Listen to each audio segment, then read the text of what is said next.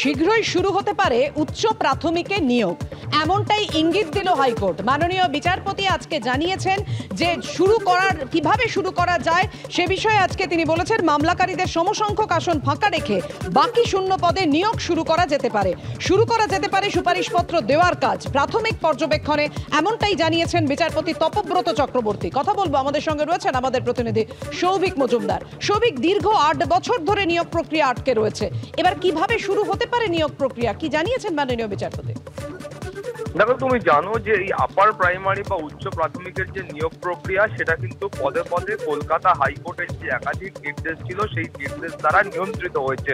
ফলত কলকাতা হাইকোর্টের নির্দেশের কারণেই আপার প্রাইমারি বা উচ্চ প্রাথমিকের যে প্যানেল ছিল সেই প্যানেল প্রকাশিত হয়েছিল এবং এই কলকাতা হাইকোর্টের নির্দেশেই ইতিমধ্যেই উচ্চ প্রাথমিকের যে কাউন্সিলিং এর প্রক্রিয়া সেই প্রক্রিয়াও শেষ হয়েছে। কিন্তু কলকাতা হাইকোর্টের তরফেই অন্তর্বর্তী স্থগিতাদেশে বলা হয়েছিল যে এই মুহূর্তে কাউন্সিলিং এর প্রক্রিয়া সম্পন্ন হলেও কোনো ধরনের সুপারিশপত্র স্কুল সার্ভিস কমিশন দিতে পারবে না। অর্থাৎ স্কুল সার্ভিস কমিশনের তরফ থেকে তারা যদি সুপারিশপত্র না দেন সেক্ষেত্রে এই যে শূন্য পদগুলো রয়েছে সেখানে নিয়োগ প্রক্রিয়া শুরু করা চলবে না। এখন বিচারপতি তপব্রত চক্রবর্তীর বক্তব্য হচ্ছে যে প্রায় 13,000-এর বেশি শূন্য পদ রয়েছে এবং যারা মামলা করেছেন সেই মামলাকারীদের সমসংখ্যক আসন ফাঁকা রেখে এবং তার পরবর্তী পর্যায়ে যদি এই নিয়োগ প্রক্রিয়া আরম্ভ করা যায় সেক্ষেত্রে আদৌ কোনো অসুবিধা আছে কিনা সেই প্রশ্ন তিনি উঠিয়েছেন। অর্থাৎ যারা মামলা করেছেন সেই মামলাকারীদের সংখ্যা সেটা 10 হতে পারে, 100 হতে পারে, 50 হতে পারে বা 500 হতে পারে।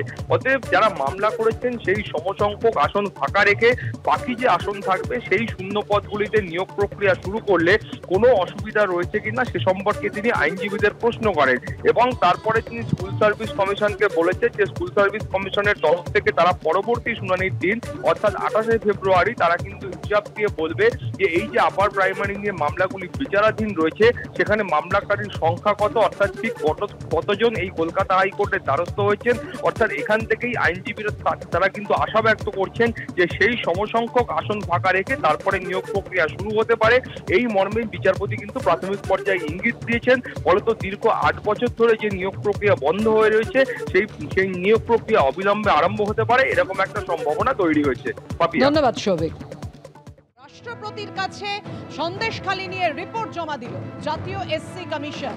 রাষ্ট্রপতি শাসনের দাবি জানিয়ে রিপোর্ট জমা দিলেন অরুণ হালদার। আপনাদেরকে জানাবো, তিনি বলেছেন প্রশাসন ও দুষ্কৃতীরা মিলে সন্দেশখালিতে তাণ্ডব চালাচ্ছে, পশ্চিমবঙ্গের মানুষের নিরাপত্তা বিঘ্নিত হচ্ছে বলেই রাষ্ট্রপতি শাসনের দাবি করা হয়েছে, জানিয়েছেন এসসি কমিশনের চেয়ারম্যান অরুণ হালদার। আপনাদেরকে জানিয়ে রাখি, এর আগেও অরুণ হালদার জানিয়েছিলেন যে রাজ্য সরকার, রাজ্য প্রশাসন একেবারেই সহযোগিতা করছে না, যখন জাতীয় এসসি কমিশন পুরো বিষয়টা খতিয়ে দেখতে সন্দেশখালিতে এসে পৌঁছেছিলেন। আর আজকে রাষ্ট্রপতির কাছে সন্দেশখালি নিয়ে রিপোর্ট দিয়ে জাতীয় এসসি কমিশন জানিয়ে দিল বাংলায় রাষ্ট্রপতি শাসন চাই, কারণ পশ্চিমবঙ্গের মানুষের নিরাপত্তা বিঘ্নিত হচ্ছে, প্রশাসন ও দুষ্কৃতীরা মিলে সন্দেশখালিতে তাণ্ডব চালাচ্ছে, এমনই মন্তব্য করেন জাতীয় এসসি কমিশনের চেয়ারম্যান অরুণ হালদার।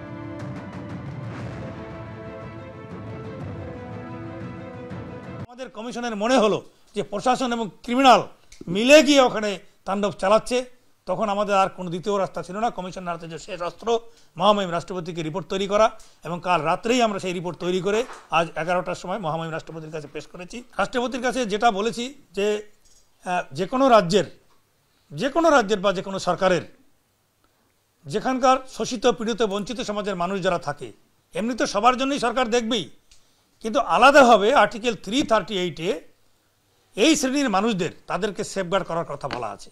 যদি কোনো সরকার সেই ধরনের মানুষদের সেভ করতে ব্যর্থ হয় তাহলে ওই গ্রাউন্ডেই মহামহিম রাষ্ট্রপতি ওখানে রাষ্ট্রপতি শাসন চালাতে পারে। এবং যেখানে একটা বিরাট সংখ্যক মানুষ, ভারতবর্ষের দ্বিতীয় বৃহত্তম তপশিলি অধ্যুষিত স্টেট পশ্চিমবঙ্গ, সেই রাজ্যের মানুষদের যখন নিরাপত্তা বিঘ্নিত হচ্ছে, তাদের যান মানের সম্মান নিয়ে টানাটানি চলছে, তাদের সম্পত্তি অধিগ্রহণ করে নিচ্ছে, জবরদস্তি নিয়ে নিচ্ছে, তাহলে সেখানে একদম আইনিভাবে রাষ্ট্রপতি শাসন লাগাতে পারে, একদম আইনে পড়ে যাচ্ছে, এখানে কেন বিরোধিতা করতে পারবে না। এইভাবে আমরা ওনাকে রিপোর্ট পাঠিয়েছি এবং উনি পজিটিভলি সেই রিপোর্ট দেখেছেন এবং উনি আমাদের আশ্বস্ত করেছেন উনি ওনার রাষ্ট্রপতির ভবনে যে সমস্ত টিম আছে তাদের সাথে বসেন, নিশ্চয়ই সেটার ব্যাপারে ভাবনা চিন্তা করবেন বলে আমাদের আশ্বাস করেছেন।